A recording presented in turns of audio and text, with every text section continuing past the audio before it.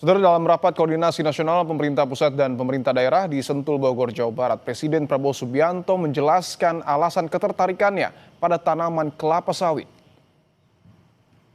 Prabowo menegaskan bahwa kelapa sawit bukan sekedar komoditas biasa, melainkan aset strategis nasional yang menjadi kebutuhan vital dunia. Prabowo bahkan menjuluki sawit sebagai miracle crop atau tanaman ajaib. Selain menjadi bahan baku minyak goreng, turunan sawit bisa menjadi alternatif sumber energi terbarukan seperti biodiesel untuk mengurangi impor.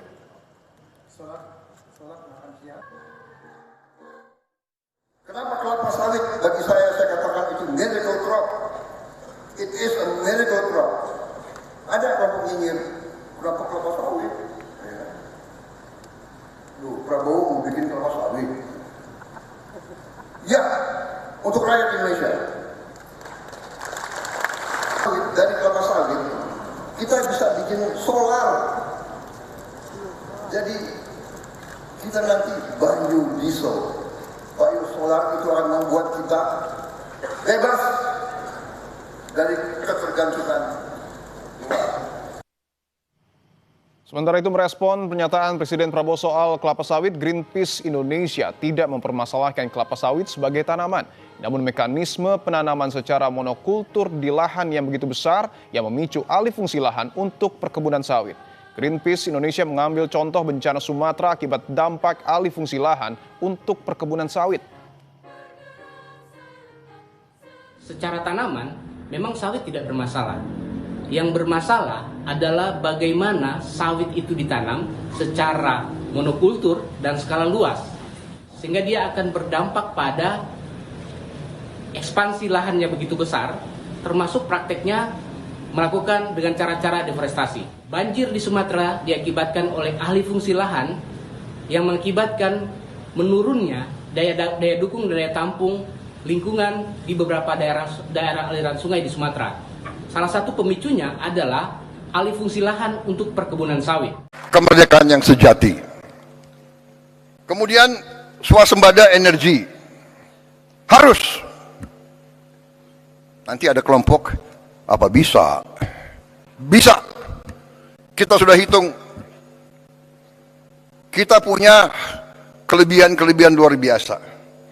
Kenapa kelapa sawit bagi saya katakan itu miracle crop? It is a miracle crop. Ada kelompok nyinyir, kenapa kelapa sawit? Ya kan? Loh, Prabowo mau bikin kelapa sawit. Ya, untuk rakyat Indonesia. Karena kelapa sawit itu tidak hanya untuk minyak goreng. Saya ke dunia, keliling-keliling, hampir semua pemimpin negara minta ke saya, kami mohon Indonesia, tolong supply kelapa sawit, CPO. Saya ke Mesir, saya ke Pakistan, saya ke Rusia, saya ke Belarus, di mana-mana, tolong kelapa sawit, tolong. Artinya, it's a very strategic commodity. Karena dari kelapa sawit kita bisa punya puluhan derivatif.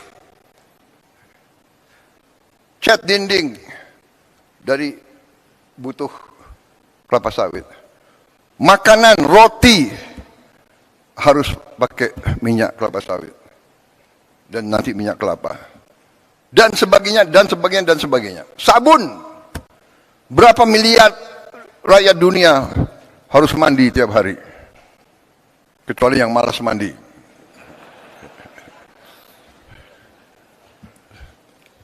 Kadang-kadang pasukan komando mandinya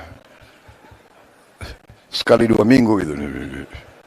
Kalau di hutan nggak boleh mandi. Saudara,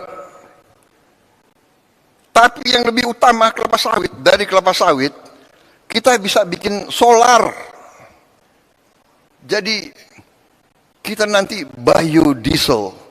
Biosolar itu akan membuat kita bebas dari ketergantungan luar. Ya, yang mau pakai bensin terus silakan. Ya, orang kaya bayar aja, nggak apa-apa, harga dunia. tapi rakyat kita bisa hidup dengan solar. Pesawat terbang, Aftur. Kita nanti produsen Aftur, bisa yang terbesar di dunia. Aftur. Bahkan saudara-saudara, limbahnya kelapa sawit, jelantah itu bahan untuk Aftur.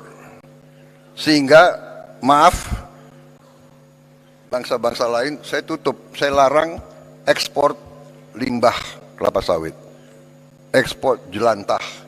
Harus untuk kepentingan rakyat Indonesia dulu, baru. Saudara-saudara, swasembada energi, swasembada pangan, baru kita harus merubah aliran uang yang dari desa ke kota, ke ibu kota dan ke luar negeri. Kita harus hentikan, membalikan, antara lain dengan makan bergizi gratis. Anak-anak kita harus makan cukup. Rakyat Indonesia masih terjatuh di lantai bawah. Hutan kita menyusut, hutan kita. Oh, mikrofonnya beda ya. Pakai ini aja kali kita ya. Hutan kita menyusut. Tahun lalu saja, 2024, hutan yang hilang jumlahnya 175.000 hektar. Dalam 1 tahun.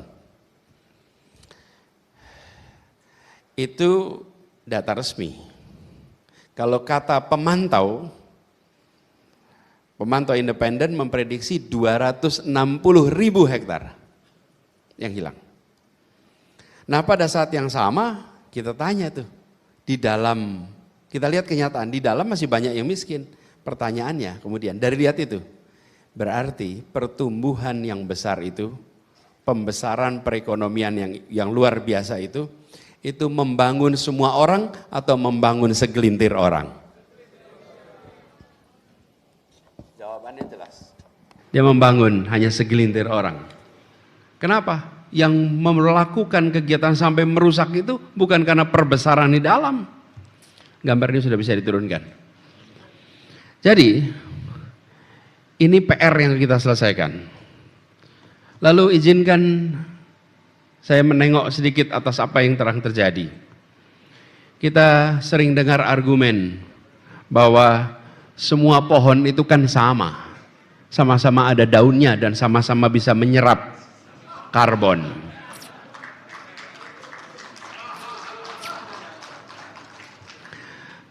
Sering dengar bukan? Ya, secara teknis memang benar. Sawit pun melakukan kegiatan fotosintesis. Tetapi,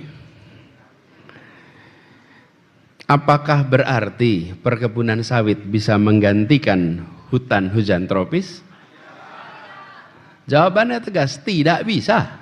Tidak bisa. Ini soal karbon misalnya. Hutan hujan tropis itu bisa menyimpan sampai 10 kali lipat lebih banyak karbon dibandingkan kebun sawit. Kenapa 10 kali lipat? Karena pohon-pohon dari hutan itu tumbuh puluhan hingga ratusan tahun. Dan menyimpan karbon itu bukan saja di daunnya, tapi di batangnya, kemudian sampai di akarnya. Nah, sawit beda. Setelah 25 tahun dia tebang, diganti. Sehingga siklusnya pendek, penyimpanan karbonnya terbatas. Lalu soal air dan hujan. Sistem akar pohon hutan itu dalam dan kompleks. Dia menyerap air, dia menahan tanah, dia mengatur aliran sungai. Sementara kalau akar pohon sawit dangkal dan horizontal. Jadi ketika hujan deras, air langsung mengalir di permukaannya. Itulah sebabnya ketika terjadi hujan yang luar biasa kemarin, kawasan yang ada areal sawitnya dampaknya lebih parah dibandingkan dengan kawasan hutan. Lalu tidak cukup soal itu. Ini yang berada di fotonya di belakang sini. Ini soal hutan, itu soal kehidupan, bukan soal fotosintesis saja. Bagaimana nasib orang hutan, harimau Sumatera, gajah, badak, mereka semua belum bisa hidup di perkebunan. Belum bisa. Jadi mereka tidak bisa hidup perkebunan, mereka membutuhkan hutan. Kalau dicek di catatan ahli biologi disebutkan bahwa hanya 15% dari spesies hutan yang bisa hidup di kawasan kebun. Hanya 15%. 85% lainnya nggak bisa. Nggak bisa. Jadi ketika ada yang bilang semua pohon sama, kita perlu dengan tegas dan santun mengkoreksinya. Bukan karena kita anti sawit, karena sawit juga punya porsi dalam perekonomian kita dan kita membutuhkan. Tetapi tempatnya bukan di atas puing-puing hutan primer yang dibabat habis. Disitulah tempat yang harus kita lakukan pada sawit ini. Jadi dengan melihat itu pertanyaan berikutnya yang muncul. Loh, siapa yang diuntungkan ya dari ini semua? Bahkan ada yang bilang begini, kalau kritik sawit jangan pakai sampo, jangan pakai minyak goreng, mungkin juga dibilang jangan pakai minyak rambut. Argumen ini memang sekilas masuk akal, tapi sebenarnya ini menyesatkan. Kenapa menyesatkan? Sebenarnya kalau kita tanya lebih jauh ya, dari industri sawit ini seberapa banyak unsur masyarakat diuntungkan? Siapa yang sesungguhnya dapat keuntungan? Nih saya lihat datanya. Faktanya petani kecil sawit itu kontribusi 1/3 dari produksi sawit di Indonesia. 1/3. Itu yang produksi siapa? Petani kecil. Tetapi keuntungan mereka nyaris nol. Kesejahteraan mereka nyaris tidak meningkat. Laporan-laporan internasional menunjukkan bahwa nilai industri sawit global itu senilai 285 miliar dolar. Dan 2/3 dari angka 282 miliar dolar itu, 2/3 di mana? 2/3 dinikmati perusahaan besar di hilir dari industri sawit. Yang di hulu nggak dapat, yang di hilir yang dapat, di hilir yang dapat besar. Jadi petani kecil kebagian produksinya, tapi tidak kebagian kesejahteraannya. Bahkan lebih jauh lagi, petani kecil dan rakyat kebanyakan sekitar kawasan, merekalah yang harus menanggung konsekuensi ekologis ketika terjadi dampak atas kerusakan itu. Ketika banjir melanda, rumah yang hancur bukan rumah direksi perusahaan di hilir, tapi rumah rakyat dan petani yang berada di kawasan hutan. Yang hancur para petaninya, rumah nelayannya, rumah-rumah buruhnya. Inilah yang kita sebut sebagai ketidakadilan ekologis. Yang merusak dapat untung, tapi yang merusak tidak menanggung beban atas kerusakan. Yang tidak merusak, yang harus menanggung konsekuensi. Itulah sebabnya ketika dikatakan di sini kembalikan hutan Indonesia, keadilan ekologis, kita harus paham ketidakadilannya di mana? Di sini nih ketidakadilan ini. Karena yang bekerja di sana tidak dapat apa-apa, tapi yang di ujung yang dapat. Tata kelola harus diubah. Nah, lalu kita sering dengar juga, ini semua banyak diakibatkan oleh pembalakan liar. Betul nggak pembalakan liar? Sebagian. Saudara sekalian, data tentang deforestasi di Indonesia menunjukkan kenyataan bahwa 97% deforestasi di Indonesia adalah legal.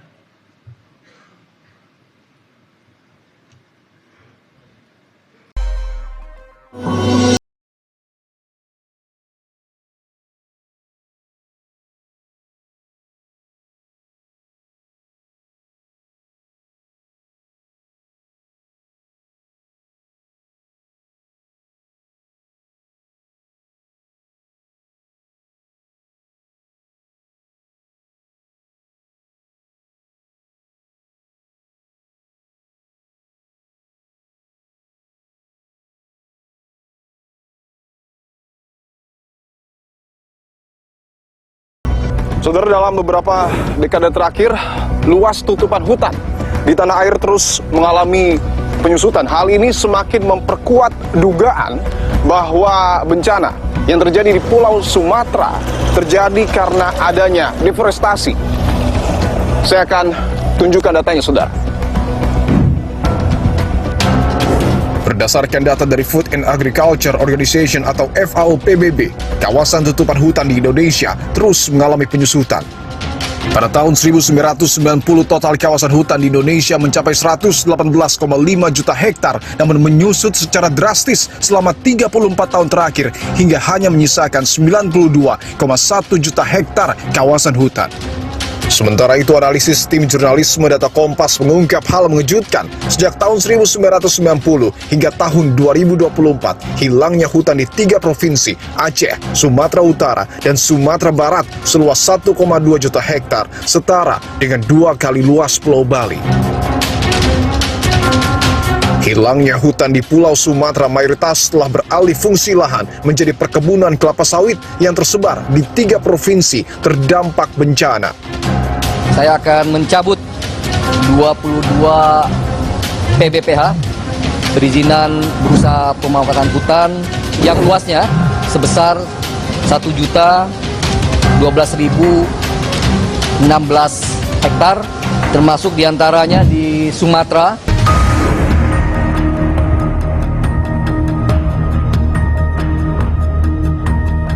Saya berada di Desa Sukarakyat, Kecamatan Rantau, Kabupaten Aceh Tamiang, dan bisa dilihat di kanan saya pohon sawit, dan di sebelah sini juga pohon sawit.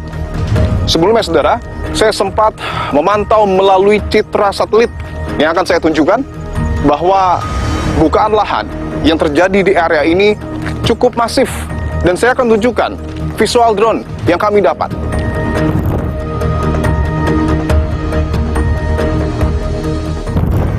Ini ada satu alat berat ya yang lewat.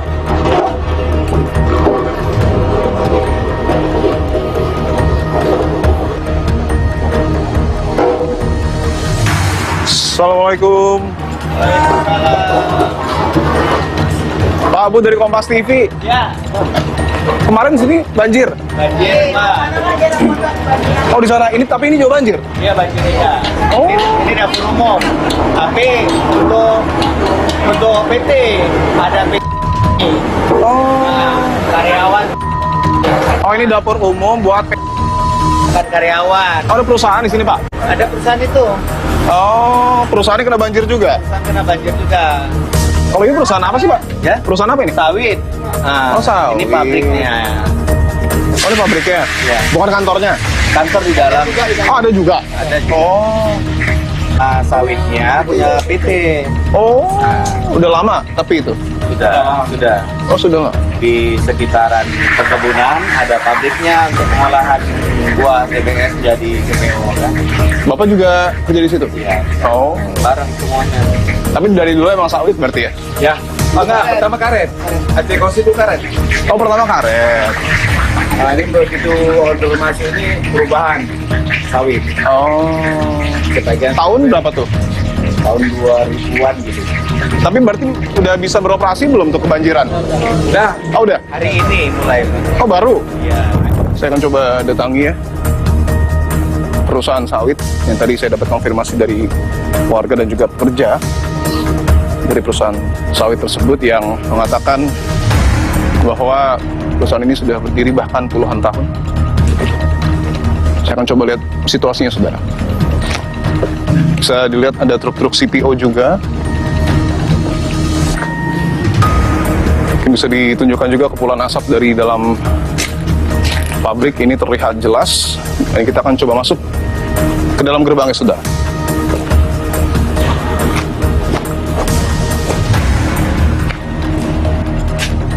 Pak, dari Kompas TV, Pak. Udah lama tapi Pak ini, Pak, perusahaannya? Kalau pabriknya ini udah jalan 4 tahun.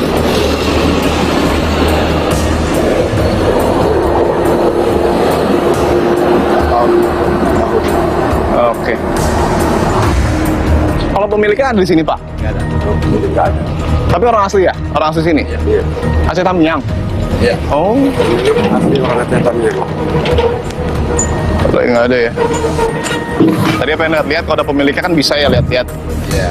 Usut tuntas mafia-mafia yang ada di Kementerian Kehutanan, Kementerian SDM, dan ATR BPN. Karena status lahan perusahaan-perusahaan yang ada di situ itu sangat bergantung pada kebijakan mereka.